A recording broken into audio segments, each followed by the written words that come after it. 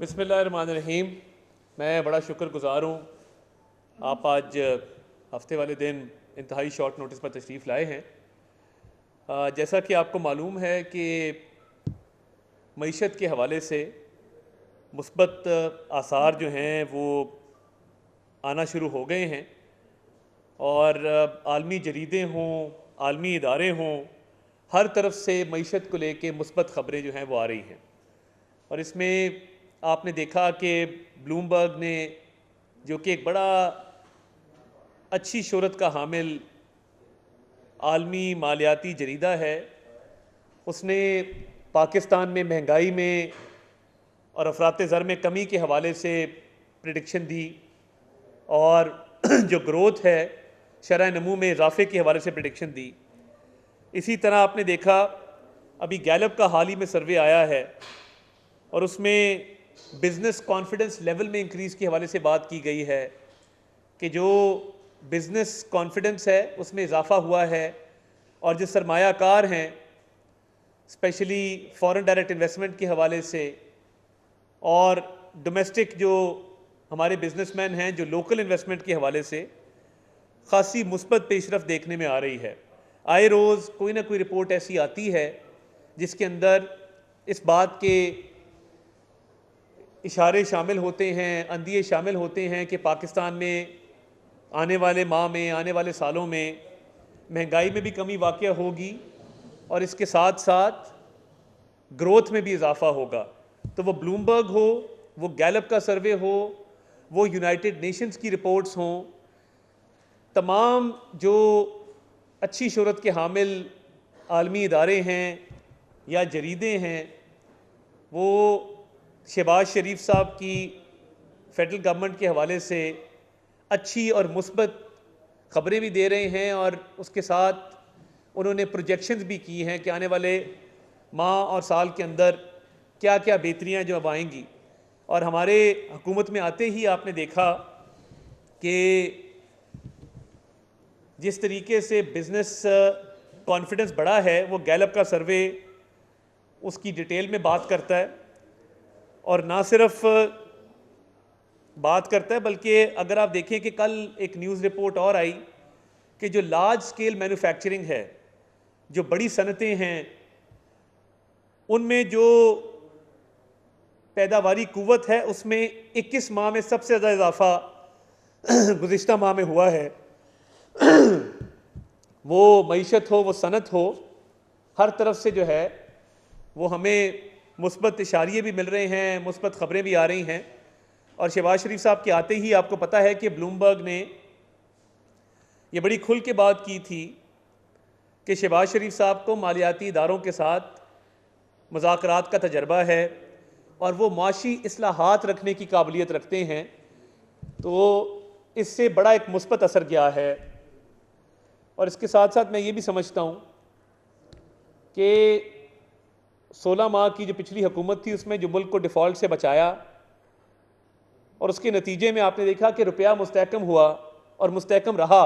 Interim दौर में भी रुपये के मुस्तहकम होने से मईशत मुस्तहकम हुई है।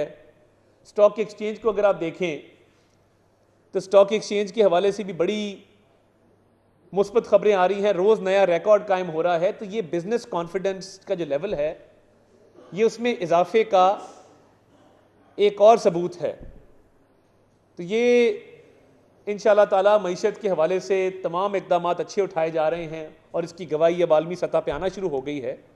इसके साथ साथ मैं समझता हूँ कि जो पाकिस्तान के दुश्मन हैं, जो पाकिस्तान के अमन को नुकसान पहुँचाना चाहते हैं, जिनको पाकिस्तान की ये तरक्की और पाकिस्तान की मुस्बत तरीके से फलती फूलती हुई ये मईशत हज़म नहीं होती, वो अपने एजेंडे पे कारबंद है। एक तो मैं जो दासू में चाइनीज़ इंजीनियर्स पे हमला हुआ था और वज़ीर आज़म ख़ुद तशरीफ़ लेके गए, उन्होंने चाइनीज़ इंजीनियर से मुलाकात भी की और वो मुलाकात करके इज़हार अफसोस, इज़हार ताज़ियत किया।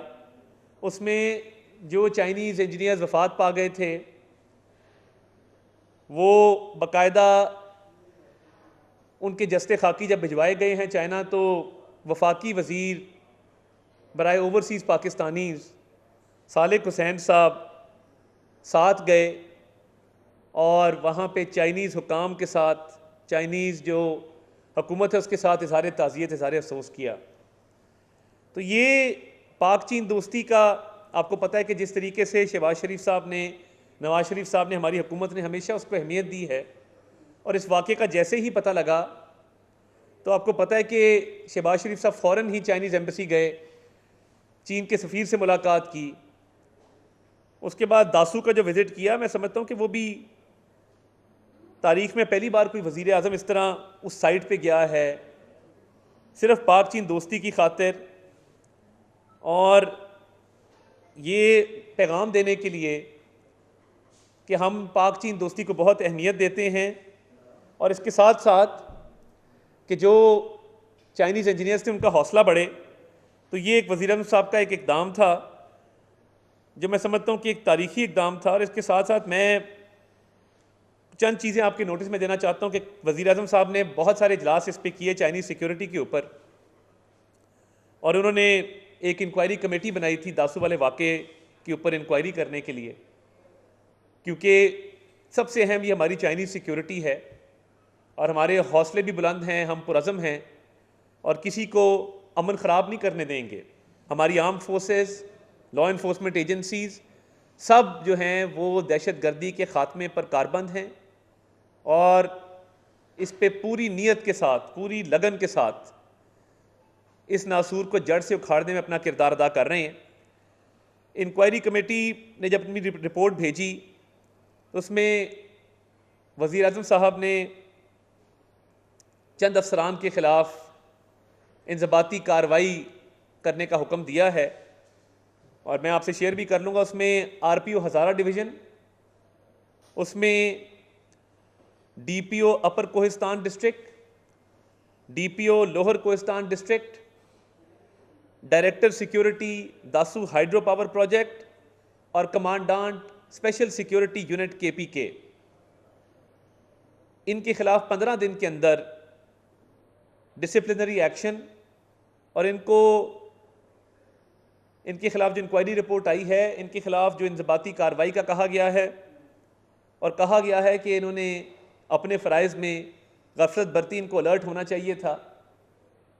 तो वज़ीर आज़म साहब ने इन अफसरान के ख़िलाफ़ कार्रवाई का फ़ौरी तौर पे हुक्म दिया है, और ये मिसाल है कि आइंदा चाइनीज़ सिक्योरिटी के हवाले से जो मामलात हैं उनको मज़ीद संजीदगी से लिया जाएगा और उसमें किसी किस्म की कोताही जो है वो बर्दाश्त नहीं की जाएगी। वज़ीर आज़म साहब खुद निगरानी कर रहे हैं चाइनीज़ प्रोजेक्ट्स की सिक्योरिटी के हवाले से, चीनी बाशिंदों की सिक्योरिटी के हवाले से, और एक बड़ा मौसर निज़ाम वज़ा किया जा रहा है इस हवाले से। तो ये जो अमन ख़राब करने की कोशिश है, इस पर हुकूमत की पूरी तवज्जो है और हम हर हवाले से इस पे कोई कोताही ना बर्दाश्त की जाएगी, और इस पे पूरी तरीके से तमाम जो मुतलका इदारे हैं वो मुकम्मल तौर पे इस पर कारबंद और मुकम्मल तौर पे इसको काउंटर करने के लिए तैयार हैं। और दहशत गर्दी की इस जंग में जिन लोगों ने जामे शहादत नोश किया उनको भी खराज तहसीन पेश करते हैं। अगला जो मुद्दा है वो आपके नोटिस में है, जो गार्डियन की स्टोरी आई कि भारत की तरफ से जो मुख्तलिफ ममालिक के अंदर एक्स्ट्रा जुडिशल किलिंग्स का सिलसिला वो उसको हाईलाइट किया गया है। तो आज दफ्तर ख़ारजा ने भी एक स्टेटमेंट जारी की है जिसमें उन्होंने भारतीय वज़ीर दिफ़ा की स्टेटमेंट को रद्द भी किया है और उसकी मज़म्मत भी की है कि जनवरी में भी जो भारत की तरफ से लोगों को कत्ल करवाने का जो एक सिलसिला शुरू हुआ है, उस हवाले से पाकिस्तान ने एविडेंस दिया था। आलमी बरादरी को भी चाहिए कि इसका नोटिस ले, और इसमें मैं समझता हूँ कि हम अपनी सालमियत का दिफा करने के लिए मुकम्मल तौर पर, भरपूर तौर पर अलर्ट भी हैं और दिफा करना जानते भी हैं। मगर हम चाहते हैं कि खित्ते में अमन रहे। फरवरी 2019 में भी जब बॉर्डर के पार से जहाज़ आए थे तो उसका भरपूर जवाब दिया गया था। तो मैं ये समझता हूँ कि ये सिलसिला रुकना चाहिए और ये गार्डियन की स्टोरी बड़ी तशवीशनाक है जिसके अंदर इंकशाफात किए गए हैं और इस पर फ़ॉरेन ऑफिस पहले भी बात कर चुका, अब भी स्टेटमेंट आई है और इसके सबूत भी मंजरेआम पर लाए जा चुके हैं। तो जो फ़ॉरेन ऑफिस ने मजम्मत की है और रद्द किया है भारतीय वज़ीर दिफ़ा के बयान को, हम समझते हैं कि हमारी सालमियत पर इंशाअल्लाह ताला हम कोई आंच नहीं आने देंगे और इस हवाले से हम बैनुल-अक़वामी बरादरी को भी कहते हैं कि वो इसका नोटिस ले और पाकिस्तान जो है वो अमन का ख्वाहिशमंद है कि खित्ते में अमन होना चाहिए। और मैं मज़ीद कल कराची का दौरा किया और सहाफ़ती तंजीमों से, PBA से, APNS से, CPNE से मुलाकातें की और जो मीडिया इंडस्ट्री को दरपेश मसाइल हैं उनको भी ज़ेरे गौर लाया गया। और इस हवाले से मैं आपको आगाह करता चलूँ कि मीडिया वर्कर्स और सहाफ़ियों के जो मसाइल हैं उनको भी हाईलाइट किया गया है और ये बात बड़े वसूख से की गई है कि इंशाअल्लाह ताला ईद से पहले मीडिया वर्कर्स और रिपोर्टर्स की जो वाजिबात हैं वो अदा किए जाएंगे, क्योंकि हुकूमत ने जो पिछले उनके पेंडिंग ड्यूज़ थे वज़ीर आज़म साहब की खसूसी हिदायत पर उनको उनकी मुकम्मल अदायगी इंशाअल्लाह ताला अगले 2 रोज़ में हम कोशिश करेंगे कि हो जाए। तमाम तर जो अप्रूवल्स हैं काबीना की, ECC की, वो मुकम्मल हो चुकी हैं। तब से कुछ देर बाद वज़ीर आज़म साहब के हमरा हम सऊदी अरब के दौरे पर रवाना होंगे और काबीना के अरकान के अलावा जो वज़ीर आज़म के अहले खाना भी उनके हमरा हैं, तो ये कमर्शियल फ़्लाइट पर ये वफ़द जाएगा और कमर्शियल फ़्लाइट पर जाने के साथ साथ तमाम वफ़द के जो अरकान हैं वो तमाम अखराजात अपनी ज़ाती जेब से अदा करेंगे और हुकूमत पाकिस्तान पर किसी किस्म का कोई बोझ नहीं आएगा। तो जो वज़रा साथ जा रहे हैं जिनमें औरंगज़ेब साहब वज़ीर ख़ज़ाना हैं, जिसमें इसहाक़ डार साहब वज़ीर ख़ारजा हैं, जिसमें आहा चीमा साहब वज़ीर इक़्तिसादी अमूर हैं, जिसमें खाकसार वज़ीर इत्तलात भी शामिल है। तो जो अहले खाना के भी अफराद साथ जा रहे हैं और ये कमर्शियल फ़्लाइट पे जाने का एक अच्छा फ़ैसला है हुकूमत का कि इस पे सफ़र करना चाहिए, कमर्शियल फ़्लाइट के ज़रिए जाना चाहिए और इस पर तमाम तर अखराजात जो आएंगे वो सब ने अपनी जेब से अदा किए हैं। और इस हवाले से मैं कल भी बयान दे चुका, तो मैं रवानगी से पहले चाहता था कि इस पर भी आपसे खुल के बात करके जाऊं, क्योंकि फिर अफवाहें और चहमगोइयाँ शुरू होती हैं और एक फ़ेक न्यूज़ और प्रोपेगेंडा का सिलसिला चल पड़ता है। तो उसको थमना चाहिए और जो बात हो वो खुल के होनी चाहिए। और इस हवाले से मैं ये भी कहना चाहता हूँ कि हम इंशाअल्लाह ताला इस दौरे के हवाले से अच्छी और मुस्बत ख़बरें इंशाअल्लाह ताला आएंगी। इस पे दफ्तर ख़ारजा भी अपनी स्टेटमेंट जारी कर चुका है। तो उम्रे की अदायगी के साथ साथ अहम मुलाकातें भी मुतवक्के हैं, जिनसे मैं वहाँ पर बतौर वज़ीर इत्तलात अपने फ़राइज़ की को सरअंजाम देते हुए आपको वहाँ से इंशाअल्लाह ताला उन डेवलपमेंट पे मुतला रखूँगा और वहाँ से भी जो मीटिंग्स होंगी और उम्रे की अदायगी होगी वो मीडिया को वक्तन फ़क्तन रिलीज़ की जाएगी। आपका बहुत बहुत शुक्रिया।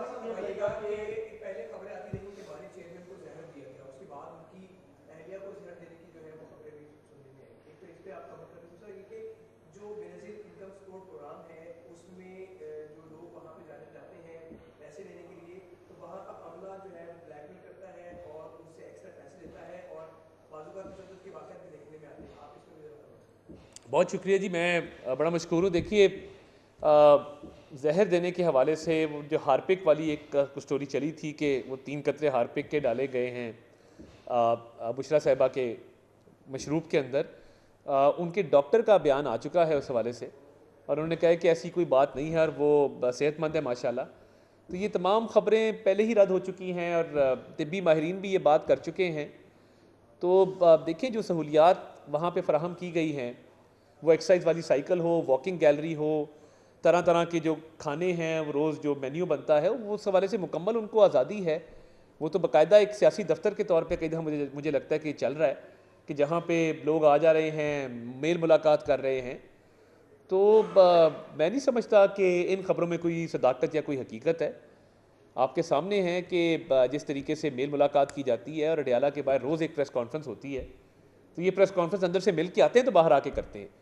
तो ये जो एक तासर दिया जा रहा है कि खुदा न खास्ता वहाँ बड़ी सख्ती है, वो तो मैं समझता हूँ कि उनको बड़ी सहूलियात और बड़ी आसाइशें वहाँ पे मुयस्सर हैं। जी, तो गार्डियन ने स्टोरी में अपने वादे तौर पे कहा है कि हमने काफी इन्वेस्टिगेट करने के बाद ये सूरत निकाली कि पाकिस्तान में कम से कम 20 के करीब अफराद को कत्ल किया गया है, उसमें रॉ मुलविस है। अब चीनियों की अगर बात की जाए तो उसमें भी ये इशारे कहीं ना कहीं मिलते हैं कि भारत इन्वॉल्व है इस सारे मामला के अंदर। तो हमारे मुस्तकिल तौर पर उधर से अफगानिस्तान के साथ भी हमारे मामला को अच्छे नहीं चल रहे, तो इस सारे मामला को तो ये तो चैलेंजिंग सिचुएशन बनती जा रही है हमारे लिए लाइन ऑर्डर की ओवरऑल। नहीं, मैं समझता हूँ कि देखिए हमारी हुकूमत, दफ्तर ख़ारजा, वजारत दिफा, हमारी आर्म्ड फोर्सेस, हमारी इंटेलिजेंस एजेंसीज़ वो बड़ी महारत रखती हैं और मुकम्मल तौर पे हम इस मामले को ऑब्ज़र्व भी कर रहे हैं। इस हवाले से मैं समझता हूँ कि बिल्कुल किसी किस्म की कोई कोताही नहीं है। तो ये जो मामलात हैं इनको बड़ी संजीदगी से लिया जा रहा है और ये जो मैंने पहले कहा कि ख़ित्ते में जो अमन की ख्वाहिश है उसको कमज़ोरी ना समझा जाए। फरवरी 2019 में भी हमने रिस्पॉन्ड किया था। तो मामला सिर्फ इतना है कि कल जो वज़ीर दिफ़ा का, भारतीय वज़ीर दिफ़ा का बयान आया, उसकी मज़म्मत की है, उसको रद्द किया है और पाकिस्तान इस मामले को संजीदगी से लेता है और बैनुल अक़वामी सतह पे भी हम ये कह रहे हैं कि इसका नोटिस लिया जाए और इसकी मज़म्मत भी की है और इसको मुकम्मल तौर पे रद्द भी किया है।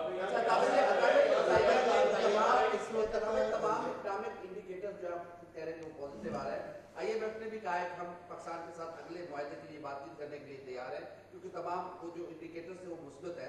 तो ईद के बाद एक पॉलिटिकल फिर स्ट्रगल, जद्दोजहद, धरना, वो सारी चीजें आ रही, तो कितना खदशा है कि माशत फिर डिस्टेबलाइज हो सकती है इस तरह की एक्टिविटीज के जरिए जिसमें मार धाड़, जलाओ गिराओ, ये सारी चीजें होंगी। देखिए, मैं ये समझता हूँ कि जो मईशत के हवाले से मुस्बत इशारे भी आ रहे हैं, आर्टिकल्स भी लिखे जा रहे हैं, बैनुल-अक़वामी सतह पे भी सताइश मिल रही है। हम जो सिक्योरिटी के मामलात हैं उनको समझते भी हैं और हुकूमत पाकिस्तान के पास ये सलाहियत भी मौजूद है कि उनसे निपटा जाए। तो इसको सर उठाने नहीं दिया जाएगा, इसका सर कुचला जाएगा। और हम ये समझते हैं कि ये जो दहशत गर्दी के हवाले से मामलात हैं इसमें बड़ी पेशरफ्त भी हुई है, तो उससे आपको आगाह भी किया जाएगा। इस पर मुकम्मल तौर पे हुकूमत जो है वो कमिटेड है कि दहशत गर्दी को सर उठाने नहीं देना चाहिए।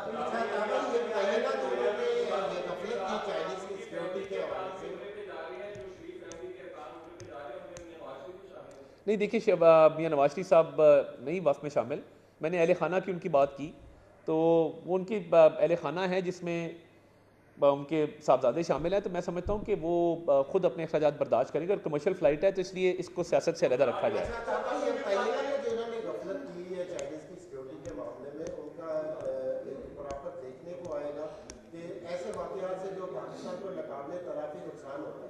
वो कई दहाइयों तक हमें फेस करना पड़ता है सिक्योरिटी के मामला में।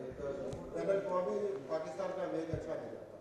सेकंडली ये बताइएगा कि ईद के बाद जो इमरान खान ने एक जो बानी PTI के उन्होंने एक कमेटी दी है जो कि मौलाना फजल रहमान से बातचीत करेगी एक तहरीक के मामले में कि हुकूमत के खिलाफ तहरीक चलानी है, उस पर। देखिए, मैं ये समझता हूँ कि जो इंक्वायरी कमेटी ने अपनी फाइंडिंग्स दी हैं वो बड़ी क्लियर हैं और उसमें गफलत बरतने वाले अफराद को बिल्कुल मिसाल बनाया जाएगा। मगर SOPs का तयन पहले से किया जा चुका था और इसमें हमारी सिक्योरिटी एजेंसीज़ ने मुकम्मल तौर पे सिक्योरिटी फराहम भी की।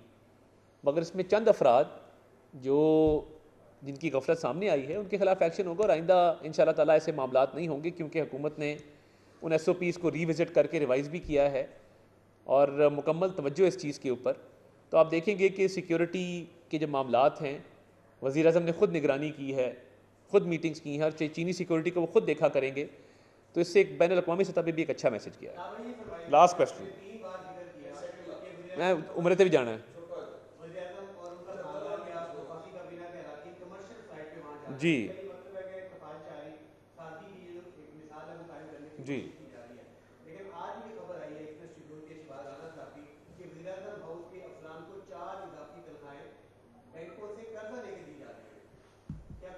देखिए, मैं ये समझता हूँ कि इसमें अगर कोई हकीकत होती तो मैं शहबाज राना साहब से भी बात करता हूँ इस पर। बैंकों से कर्ज़ा लेके तो तनख्वाह देने का कोई सवाल ही पैदा नहीं होता। अगर कोई डेट एग्रीमेंट है तो वो सामने लेके आएँ। तो मैं नहीं समझता कि ये मुनासिब है कि वज़ीर-ए-आज़म हाउस जो है वो कर्ज़ा उठा के तनख्वाह दे। तो इसमें कोई हकीकत नहीं है। पिछले एक साल से हम सुन रहे हैं कि 70-75 रुपए की सरमायाकारी जो है वो मिडिल ईस्ट और सऊदी अरबिया जो कंसोर्शियम है उसके तहत आ रही है, उसमें क्या पेशरफ्त है या बस बातें ही होगी? देखिए, मैं कबल अज़ वक्त इस पर कोई बात नहीं करना चाहता। सऊदीया से आपको गाहे बगाहे जो है वो मैं आगाह रखूँगा इन मामलों से, इन डेवलपमेंट। थैंक यू, बहुत शुक्रिया जी।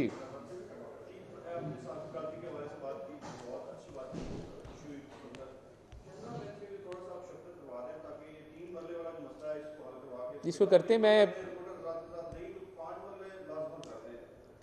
देखिए, मैं ये किस स्कीम की आप बात करें, मैं इससे देखिए वो पंजाब हुकूमत से हम टेकअप करेंगे इस मामले को। मगर मैंने जो मीडिया मालकान से, PBA से, बाकी इदारों से मीटिंग की है, उसमें उनको रिक्वेस्ट की है कि मेहरबानी करके जो है वो वाजबात की अदायगी में अपना किरदार वो अदा करेंगे। Thank you.